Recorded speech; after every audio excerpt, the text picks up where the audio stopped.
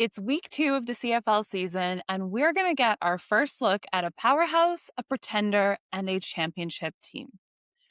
I'll let you assign the statements to the applicable organization. With World Cup kicking off this week, we are on another limited schedule while the BC Lions and the Toronto Argonauts remain temporarily stadiumless. Week 1 was a banger. The season is off to a strong start. Although disappointed in the Hamilton Tiger Cats' overall performance and the Stampeders' defense, the remainder of the teams came to play. Davis Alexander was throwing balls with no regard for a single defensive back's career. Edmonton started their first season since forever ago with a win. The Red Blacks were shockingly disappointing. Actually, that wasn't a shock at all. And I will even give Winnipeg their flowers. Although their offense is still a concern for me, they were overall better than expected. Now let's jump into week 2. First up, we have the Tiger Cats at the Blue Bombers, which is kind of like the Aaron Rodgers, Joe Flacco game in the NFL last year. Old Man Bowl, which would make Trevor Harris part of the Grandpa Bowl, but he just won a championship, so he's gotten at least 5 years younger. If the Tiger Cats show up today how they finished the end of last week's game, I don't like their odds. Even more so, I don't like their odds against Brady Oliveira without Wynton McManus. I just think that opens up too much of an opportunity for Brady up the middle.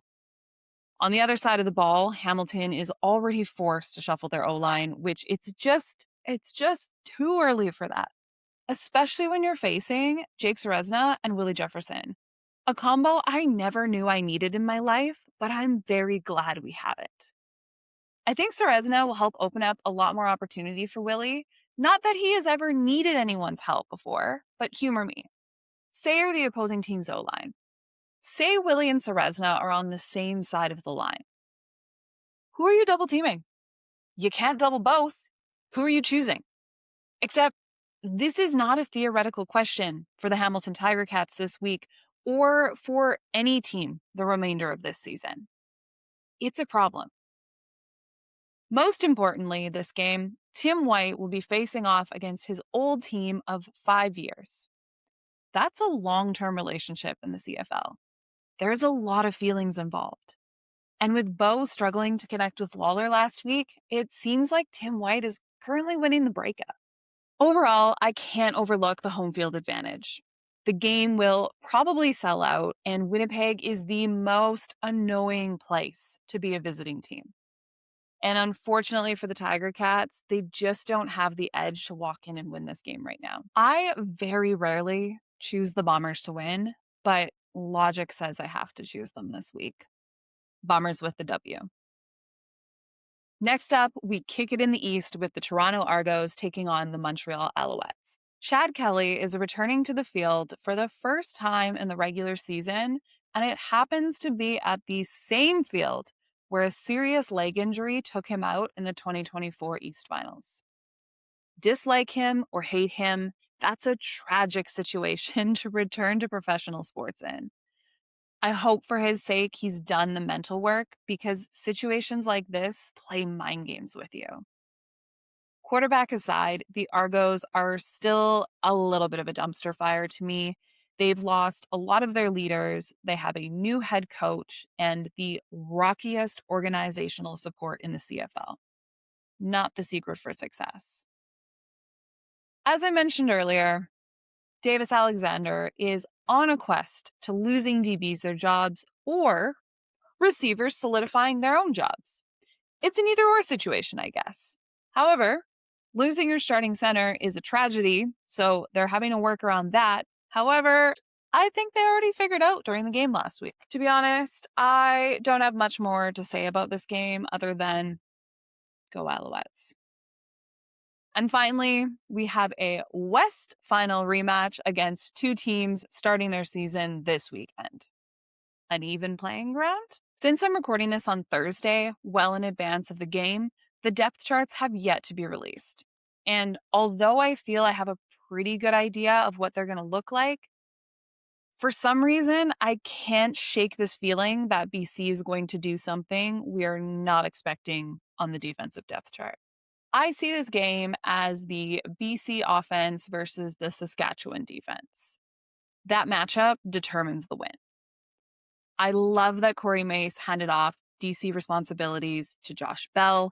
This is a prime example of what true leadership and mentorship in this league look like. Corey Mace deciding to wear less hats, not more, is the most responsible and sensible decision that was made in the CFL this entire offseason. I think Coach Bell will bring some fresh perspectives and ideas to build off a very solid base that Corey Mace has already created, which lessens my concerns about the turnover on the defensive side of the ball, but does not completely eliminate them. Offensively, for the Lions, I'm sure a majority of us can say how excited we are to see how Nathan Rourke has evolved this offseason. He's like a Pokemon with an unlimited amount of evolutions. As someone who is so focused on growth and development, which you can hear more about in episode 8 of Blitz and Bloom, Nate and the rest of the Lions offense will certainly bring something new to the table this year. However, opening night at Mosaic Stadium ain't nothing to shake a stick at. And that could be the Lions' downfall, as well as reliving their loss on this very field last year to end their season.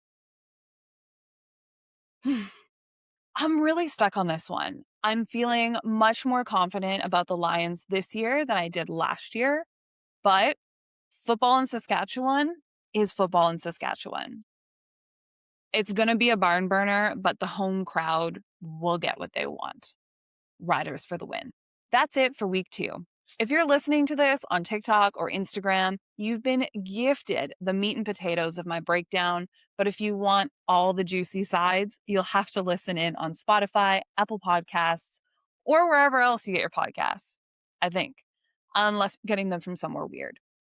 If you're listening on said podcast platforms, thank you so much for listening. And if you haven't already, please download, subscribe, and comment. We love to hear from you, and we want to keep growing. See you next week.